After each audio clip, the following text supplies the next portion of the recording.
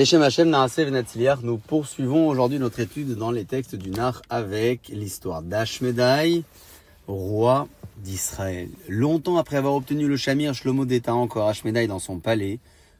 Ashmedai était, je le rappelle, le roi des démons. Un jour, il demanda au roi des démons, « Dis-moi, en quoi consiste donc votre force, à vous autres, les démons ?» Il est écrit, il y a le vigoureux élan du Réhem, vigoureux élan comme les anges et Réhem comme les démons. Pourquoi Hachem compare-t-il sa gloire à la vôtre et à elle des anges? Pourquoi pas celle des hommes? Si tu veux savoir de quoi nous sommes capables, lui répondit Ashmedai, retire-moi les chaînes et donne-moi la bague où est gravé le nom de Dieu. Sans se méfier de rien, le roi écouta le démon. Dès que celui-ci reçut la bague, il l'engloutit à l'instant. Il avait deux ailes immenses. Il éleva l'une d'elles jusqu'au ciel et rabaissa l'autre jusqu'aux abîmes. Puis, d'un geste brusque, il souleva Shlomo et le projeta à 400 parsaot, c'est-à-dire près d'un millier de kilomètres d'Eretz Israël. Il le fit atterrir dans un lointain désert aride. Ashmedai s'empressa de revêtir les habits royaux de Shlomo avant que ses serviteurs n'apparaissaient. Il posa rapidement la couronne du roi sur sa tête, s'installa sur le trône et se donna l'apparence de Shlomo en toute chose.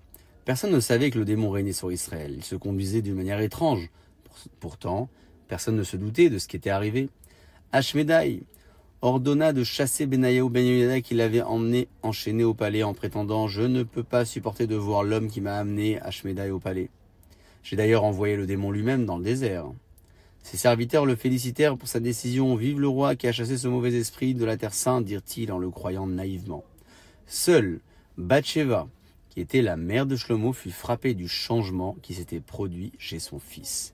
Il ne se conduisait pas comme auparavant. Peu à peu, les serviteurs du roi et la foule des visiteurs qui arrivaient chaque jour au palais commencèrent eux aussi à s'étonner du comportement du roi.